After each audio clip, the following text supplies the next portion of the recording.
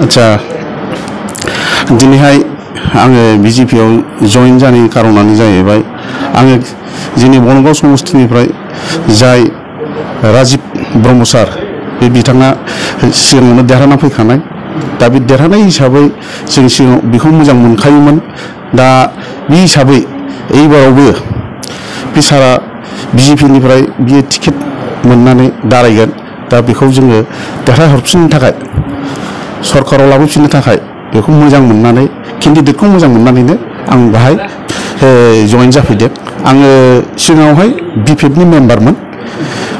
आङो नलबारि गामिनि दा आङो दिनैनिफ्रायनो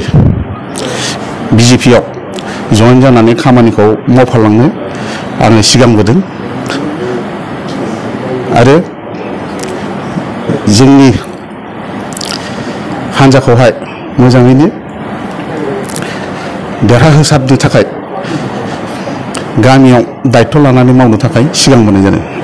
हान्जाखौ गाज्रि मोनाखै नो डाउट गावबागाव मोनसे गोसो सिङाव साननाय दं दा दिनैनि समाव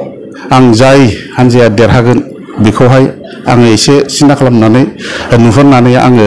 सिगांबोदों मानोना आंनि नोजोराव बिजेपिआनो सरकारखौ फैगोन आं बेखौ नुहुरनानै आं फैनाय जादों नाथाय दिनैसिमाव बिथांमोननि जिहेतु सरकार सामलायनाय बे आइएफआ रायजो राजाजों माखासे जिनिसखौनो डेभेलप खालामनो हायिनि थाखायनो आं दा दिनै आं नैबे राजीब सारजों आं दा दिनैहाय बिजेपिआव सापर्ट खालामनाय जाबाय माने बे खोथा जादों मा बे पाब्लिकफोरनि थाखाय मोनसे अनसुंथाइ जेबो राहा लामा होनो हायाखै बेखौ आं मोजां मोनाखै बे सरकारखौ बेनिखायनो आं दा दिनै बिजेपिखौ सापर्ट खालामनाय जाबाय ओरैनो बिजेपि पार्टिखौ मोजां मोननानै फैदों ना दैदेनगिरिखौ मोजां मोननानै फैदों दैदेनगिरियाथ' जेनेबा पार्टि हिसाबैथ' थाखायोखा आरो दैदेनगिरि हिसाबै सोरबा मोजां मोना बेखौ फैयाखै खारन आंहा नैबे दा केन्डिडेट हिसाबै जोंहा राजीब सारानो बयखौबो एसे आगोल समावबो आं बेजोंनो सापर्ट हिसाबै खामानि मावबोनाय दङमोन दा बेखौ आं गोसोखांनानै बे सारजों आं थांनानै मावफाहैनोसै होननानै आं दिनै जगदान खालामनाय जादों।